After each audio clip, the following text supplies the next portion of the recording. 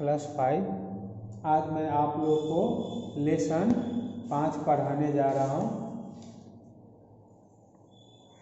Word formation यानी शब्द रचना। शब्द निर्माण की प्रक्रिया भाषा को सशक्त और प्राणवान बनाती है। शब्द निर्माण की प्रक्रिया सतत चलती रहती है। इसके अंतर्गत किसी शब्द से इच्छित अर्थ की अभिव्यक्ति हेतु उसमें कुछ जोड़ा या घटाया जाता है। ध्यान दीजिए, जैसे आराम में बेजोड़ आराम बेआराम हो गया, यानी बेजोड़ देने से एक नया शब्द बन गया बेआराम। आराम जोड़ दायक आरामदायक। आ जोड़ जीवन आजीवन, यानी जीवन में आ लगा देने से आजीवन हो गया। मरण में आ लग गया आमरण हो गया। चरण में आ लगा देने से आचरण। यानी शब्दों की रचना 4 प्रकार से की जाती है। बच्चों समझे, शब्दों की रचना कितने प्रकार से की जाती है? 4 प्रकार से की जाती है। एक हुआ संधि के द्वारा भी शब्द की रचना की जाती है। दूसरा समास द्वारा भी शब्द की रचना की जाती है। तीसरा उपसर्ग द्वारा शब्द की रचना की जाती है। और चौथा है प्रत्यय के द्वारा शब्दों की रचना की जाती है।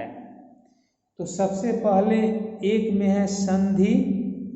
तो संधि के द्वारा किस तरह शब्द की रचना होती है, थोड़ा ध्यान से समझिएगा।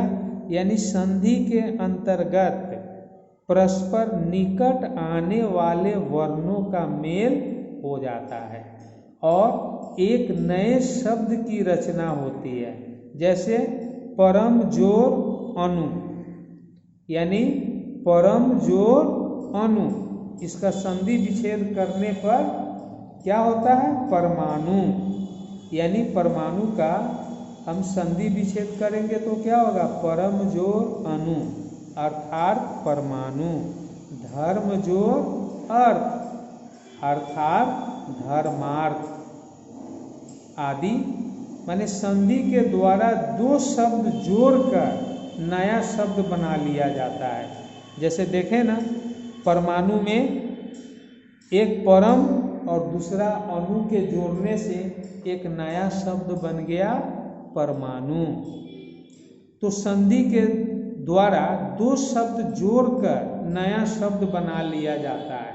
जैसे नीचे तालिका में दिया गया है, परम जोड़ अर्थ परमार्थ। ए परम जोड़ अर्थ परमार्थ क्यों हुआ? क्योंकि परम का अ और अर्थ का अ मिलकर आ हो जाता है। यह संधि का नियम है कि अ जोड़ अ मिलकर आ हो जाता है। इसीलिए परम का अ और अर्थ का अ दोनों मिल गया तो परमार्थ हो गया। तो जो बच्चा इसको नहीं समझेगा वो इसका संधि विच्छेद क्या करेगा? परम जोड़ अर्थ परम अर्थ लिख देगा तो वो गलत हो जाएगा। क्योंकि यहाँ परम का अ और अर्थ का अ अर्थात अ जोड़ अ मिलकर आ हो जाता है। तो क्या हो गया? परम जोड़ अर्थ परमार्थ। यहाँ समझाया गया है अ जोड़ अ मिलकर क्या हो जाता है? आ हो जाता है। अ जोड़ आ मिलकर भी आ होता है, आ जोड़ आ मिलकर भी आ होता है। अब दूसरा एग्जाम्पल समझिए, देव जोड़ आलय क्या हो गया? देवालय।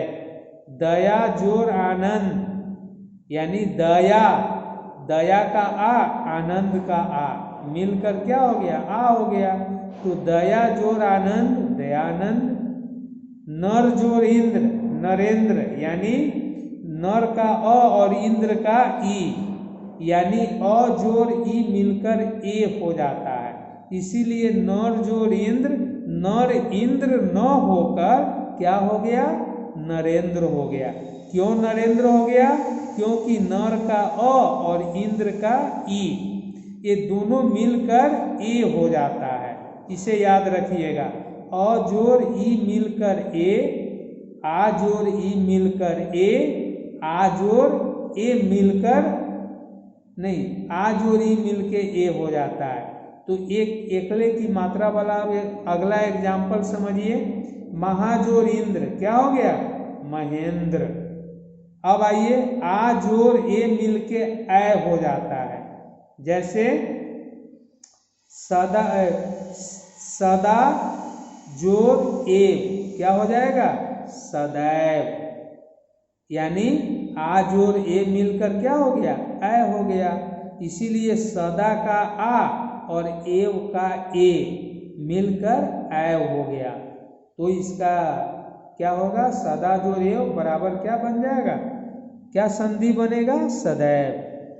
गण जोड़ इस, गणेश। यानी अ और दीर्घई मिलके ए हो जाता है।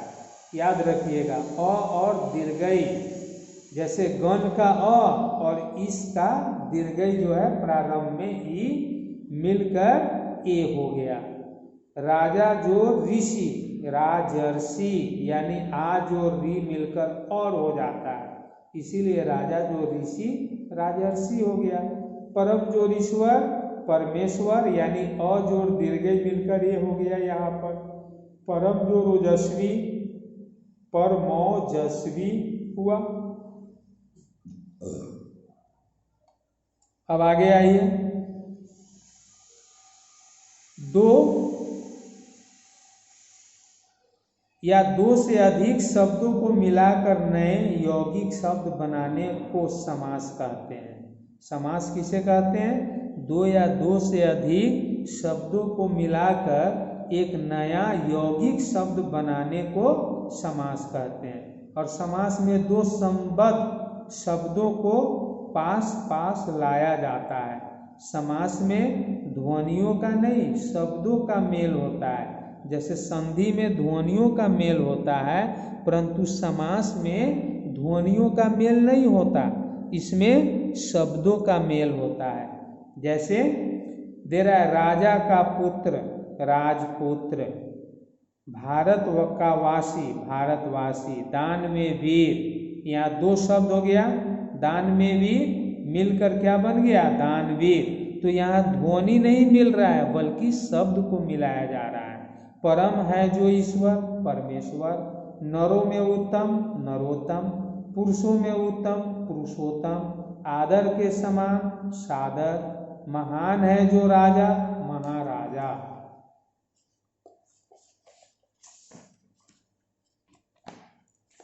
अब आगे देखिए, राजा का पुत्र, राजपुत्र। बिना शक के,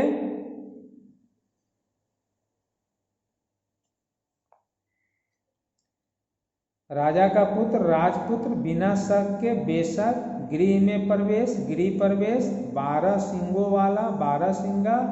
10 मुख वाला, दशानन। इसी प्रकार गिरि को धारण करने वाला, गिरधर। अब उपसर्ग द्वारा भी शब्द रचना होती है। जैसे शब्द रचना के लिए शब्दों के पूर्व जो शब्दांश जोड़े जाते हैं वे उपसर्ग कहलाते हैं। यानी उपसर्ग जो है वो किसी शब्द के शुरू में लगता है।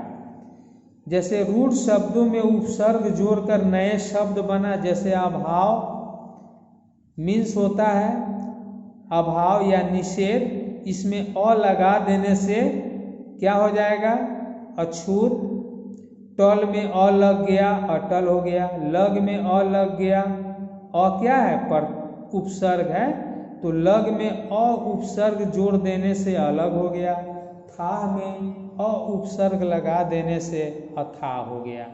ठीक उसी प्रकार अन ये उपसर्ग हुआ, इसका अर्थ हुआ अभाव, निषेध। यानी मोल में अन लग गया, अनमोल। अनपढ़ में अन लग गया, अनपढ़ हो गया। ठीक उसी प्रकार नी, भर, पू, अध ये सारे उपसर्ग है। इसे शब्द के शुरू में जोड़कर नया शब्द बनाया जाता है। अब आगे आइए, प्रत्यय के द्वारा भी शब्द की रचना होती है। शब्द निर्माण हेतु मूल शब्द के अंत में जो शब्दांश जोड़ा जाता है उसे प्रत्यय कहते हैं, और प्रत्यय स्वतंत्र रूप से प्रयोग नहीं किए जा सकते, ये शब्द के साथ जुड़कर प्रयुक्त होते हैं और इनके प्रयोग द्वारा नए शब्द बनाने का अभ्यास अब आप लोग को करना है। और ये समझ लीजिए कि प्रत्यय शब्द के अंत में लगता है। जिस तरह उपसर्ग शब्द के शुरू में लगाकर नया शब्द रचना करते हैं, उसी प्रकार प्रत्यय को शब्द के अंत में लगाकर नए शब्द की रचना की जाती है। जैसे वान, ये प्रत्यय हुआ वान, तो यहाँ देखिए गुण में वान लगाने से गुणवान हो गया, धन में वान लगाने से धनवान हो गया। रूप शब्द है, इसमें वान प्रत्यय जोड़ दिया तो क्या हो गया, रूपवान। मूल्य में वान लगा दिया, मूल्यवान आदि। तो बहुत ऐसे शब्द है जिसमें वान प्रत्यय जोड़कर नया शब्द बनाया जाता है। ठीक उसी प्रकार वहाँ भी लगता है, 5 में वहाँ लगा देंगे पाँचवां, 7 में वहाँ लगा देंगे सातवां, 10 में वहाँ लगा देंगे 10वां। कार, जैसे कला में कार लगाएंगे कलाकार, पत्र में कार लगाएंगे पत्रकार, साहित्य में कार लगा देंगे तो क्या हो जाएगा, साहित्यकार। उसी प्रकार ईक प्रत्यय, आना प्रत्यय, लू, ई, आरी, आ आदि प्रत्यय को शब्द के अंत में जोड़कर नए शब्द बनाया जाता है। तो इसे आप भली भांति याद कर लीजिए और नोटबुक में लिख लीजिए, और अभ्यास जो है इसको मैं अगले बार लिखकर आपके पास भेज दूंगा। धन्यवाद।